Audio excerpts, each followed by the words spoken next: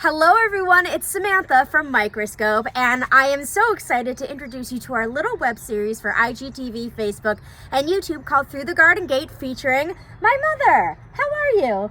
Good. Wonderful. My mother, for those of you who do not know her personally, has been gardening for, God, how many years now?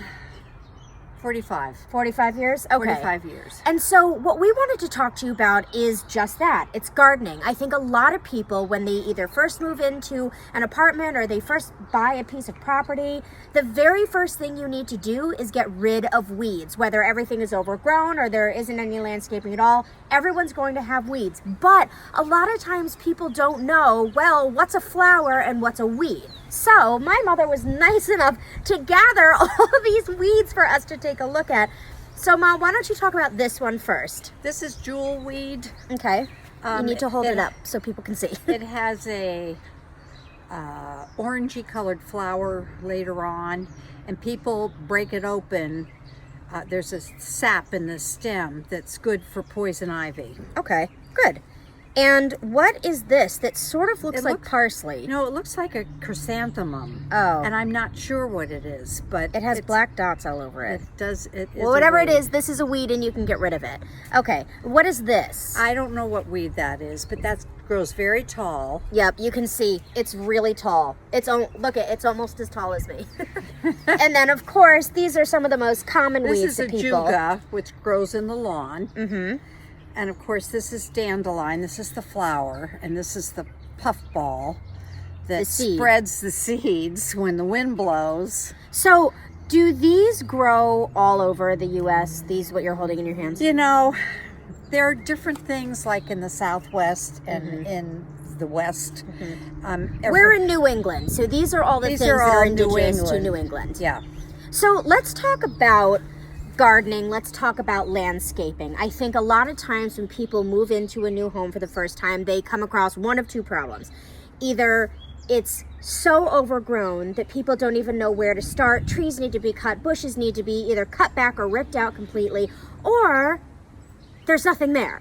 So when you're dealing with a situation like that, which can be very daunting, what would be your advice? Where should people start? Okay, they should start with a plan. And that may mean hiring a professional landscape architect to draw up a plan for your property. And if you want to create a garden, they can draw up what you should plant. And you don't have to do it all at once. You can do it over a 5-year period. How much does it cost to work with somebody like that? Does it depend? Well, I think like the initial consultation is probably $75. And then if they have to draw up a plan, it's more, $150. Okay. And then if you want them to plant it, it's even more. Then it's gonna, well, you're paying for a service at that point. Yeah. So let's talk about let's say there's people who are just so excited and they want to run to their nearest plant center and do a couple things themselves. Are there any bushes that you recommend people start out with, like maybe a boxwood bush? Or Boxwoods are very fussy. They don't always, they carry a disease and they don't always winter lovely. over here in New England. So what would you recommend for someone who really is looking forward to, let's say they just wanted to focus on, flanking their front door? Yeah. Well, then they could use like a mugo pine, which grows very low, or I can't think of the little Christmas trees. They're made out of spruce. Oh, okay. So they're conical shaped, and those are kind of nice. Okay. So bushes, or you can get flowering bushes, azaleas, rhododendrons. There's so much out though, there. those need to be cut back, don't they? Well, they do. You need to be careful with those. We had a huge one, didn't we? Yes, we did. That one by the sliding door. Yeah, and then eventually you and Dad were like, get it out. Well, eventually everything grows too big, and then you've got to pull it out and take it out. Yeah. So how about, let's say for example, there's people who would love very much to have a garden, but they're not quite sure where to put it. I think the next best alternative to a garden would be to have planters. Would you That's agree? right. Absolutely. And planters are so easy. And when you go to the store and you're you want to sort of do a survey of your property and figure out how much light you have. You know, like you can see in our property, there's places that have full sunlight and then there's places that are partial. Some places have shade. And so what we've done here is we've made sure that we get plants that are appropriate for each sort of sunspot. Yeah.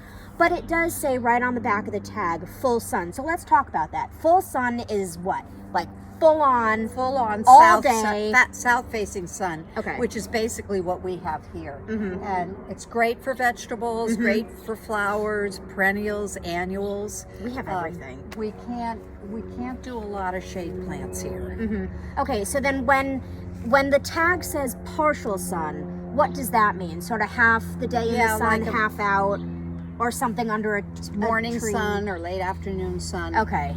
And when something says shade, they're talking about, you know, Shade. a property Yeah. a piece of your property Like that might be wooded. Like a woodland garden, Mhm. which we used to have. I think we should get it back. I never, you keep telling me that we had one and I never Yeah, saw I'll it. show it to you. We use, but you said that we don't have it anymore. Well, it's there. Oh, We just haven't you just tended don't touch it? Okay. Plus, I have a little bit of shade on the rock wall on the other side. Yeah. All right. Well, thank you very much. I appreciate it. I hope that people find this helpful. I know gardening can be a lot of fun. It's an industry that's seen huge growth, especially over the last few years, but it can be very daunting and it can be intimidating. So, Get help, get advice from your friends. yeah. And your family. Oh yeah, and we were saying earlier, off camera, if you move to an area and you see someone in the neighborhood that has beautiful gardens, stop by.